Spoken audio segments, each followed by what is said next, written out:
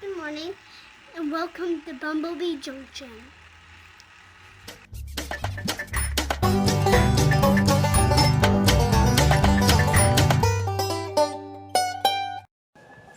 Hey guys, welcome back to the channel. Today, just got a quick video for you. We're going to plug in some cabbage today. We're going to be planting a flat Dutch cabbage. But guys, they're one of our favorite plants to plant. They're easy to grow. Very few requirements on them. They're a Brassica. They can take a pretty good frost. Kind of like our broccoli too. But guys, just make sure you get a lot of phosphorus to them. That's a bone meal. That'll help with any cold conditions if you're planting early or you're planting late in the fall and expecting a frost. But not too much to planting cabbage. They are a heavy feeder also, like the broccoli. And guys, we're just going to make sure that we've got plenty of super soil there in the bed. If you haven't seen the super soil video, that's in our gardening playlist. You can go check that out. But you know, run through that playlist. There's soils for all different kinds of conditions, whether you're planting in buckets or containers. We tried to put out as many different soils as we could. That way people can understand the nutrient requirements of the plants that they're planting. Everything starts in the soil, and then it finishes up with good seed and good care. So guys, we're going to go ahead. We'll get these cabbages plugged in. I think Tina's excited to get started. Yeah. Anything that involves dirt, Tina's good for. So Exactly. guys, we're going to go out here. We'll get these cabbages planted. And only thing to really remember when you're planting cabbage is don't pack the soil around them. Cabbage roots are kind of sensitive, and they suffer from a condition called clubbing. And if you pack the soil around them, that can club them. What happens is they get their necks on them below the head of the cabbage get too thick. Then the heads don't develop right. If you've had trouble with growing small heads of cabbage, it's probably due to clubbing. So easy way to avoid that, just don't pack the dirt tight around them. We'll water them in, settle the dirt around the roots rather than pack it, and you should be good to go. So guys, we'll get over here. Tina will get some of these cabbage plugged in. We'll let you follow along with that, and then we'll be back. Alrighty guys, like I said before, we are working in these two beds here. And for the cabbage, we're going to be using this one. But we just got our broccoli planted up. You saw that in the other video. And they're all watered in. And if you can see the difference there, you can see the super soil when it's wet and when it's dry. So, guys, we're going to go ahead. We'll get these cabbages plugged in. I'll shut up and we'll just kind of follow Tina along. She's all excited to go. Yes, got cabbage. Yep. But guys, we'll get these cabbages plugged in, and then we'll be back.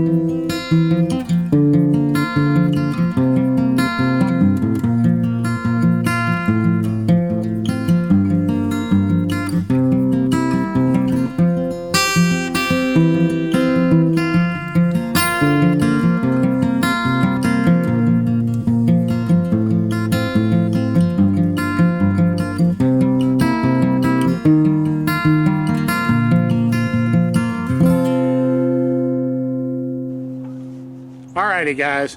That's plugging in cabbage. Yep. Not too tough, but we'll go ahead. We want to take a little break here and talk for just a second before Tina gets to watering these in. Like you said, Tina probably showed it, is you don't want to pack the dirt around the roots of your cabbage. You don't want them to suffer from clubbing. And guys, that's really about all there is to it. But we do get asked, and this will go for the broccoli video. If you haven't seen that, that was a video that came out right before this one. But if you do have trouble, I know a lot of people do with the cabbage loopers. We'll talk a minute just about those. What we use on our homestead, we are not 100% organic. We just try to be safe with the foods we eat. So, guys, what we'll do after the plants have dried in and started to show some growth, we'll go ahead and we'll spray them with a Liquid 7 concentrate. It's a really good liquid, easy to use in a sprayer. And we'll use that until the plants start to form the edible part of the plant. But we can use it on the leaves. We don't eat the leaves off the broccoli, and we don't eat the leaves off the cabbage, the outer leaves. So we can use it on that until the heads and stuff start to form. And then once they do, and they've got the edibles are on the plant, then we'll switch over and we'll spray them with BT. If you're not familiar with that, it's a live enzyme. It's harmless to humans. It is also considered organic in organic gardening. So that's what we use from the point that the plants start to put on edibles until it's time to harvest. So the combination of the Liquid 7 and the BT are a surefire hit to keep the cabbage loopers, the little green worms, off of your broccoli and off of your cabbage. And guys, just a real easy way to do it. It's surefire, never fails. You know, we don't have trouble with our stuff being eat up with little green worms, but it's something, you know, we don't always get the best comments when it comes to spraying the garden. But guys, we grow the garden to feed ourselves instead of feeding the insects. So we'll talk a little bit more about that as the gardening season goes on. But if you're putting in your early season brassicas, they are subject to the cabbage looper. And we've already seen the little butterflies. Yep. But they're already, the butterflies and stuff are already out hunting, getting ready to lay their eggs. So they must have known what you were up to. Yeah, I'm sure they did. But guys, we'll talk a little bit more about that. But if you want to get a jump on it, and if you've already got plants in the ground and need to start spraying, just we use the Liquid 7 concentrate until it puts on edibles. Then we switch to BT, and we don't have trouble with the cabbage loopers. But guys, let's go ahead. We'll join Tina back here. She'll get out her magical hose and water these plants in. Now, unlike the broccoli, they don't require additional boron. So really nothing much more to do than get them watered in. So we'll head back over. Tina will whip out the magic hose, and we'll get those cabbage watered in. So hang on a second. We'll be right back.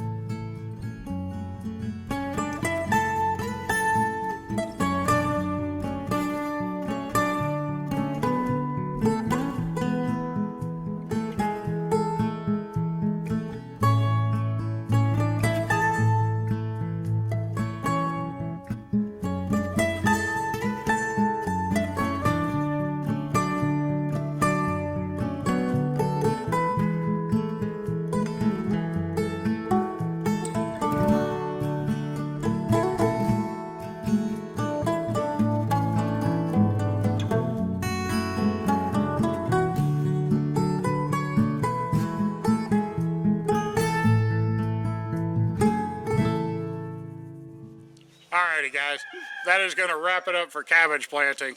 We had a lot of fun, got them watered in. Looking forward to having these cabbages for the for the fall. Oh, yes. Always enjoy making sauerkraut, and let's see, we make broiled cabbage slabs. You can dust them down with a little olive oil and broil them in the oven, or throw them on the griddle, or throw them in a cast iron pan. They're good about any way you slice them. And coleslaw. And coleslaw. Yeah. One of Tina's favorites. She loves growing carrots, and any excuse she can use to put a carrot in something is a good thing. Yeah. So, guys, we appreciate you joining us today, and we appreciate you guys following along with the channel. We'll get this garden plugged in. Everybody's excited for gardening season. Oh, yes. We are too. So, got a long ways to go. We have 26 beds, 2 round planters. Got plenty to do. So, whole bucket garden. Oh, yeah. Yeah. Plenty to upcoming on the gardening. So, guys, we appreciate you spending your time with us, and really, I think that's about all that's left, other than say goodnight, Gracie. Good night, Gracie.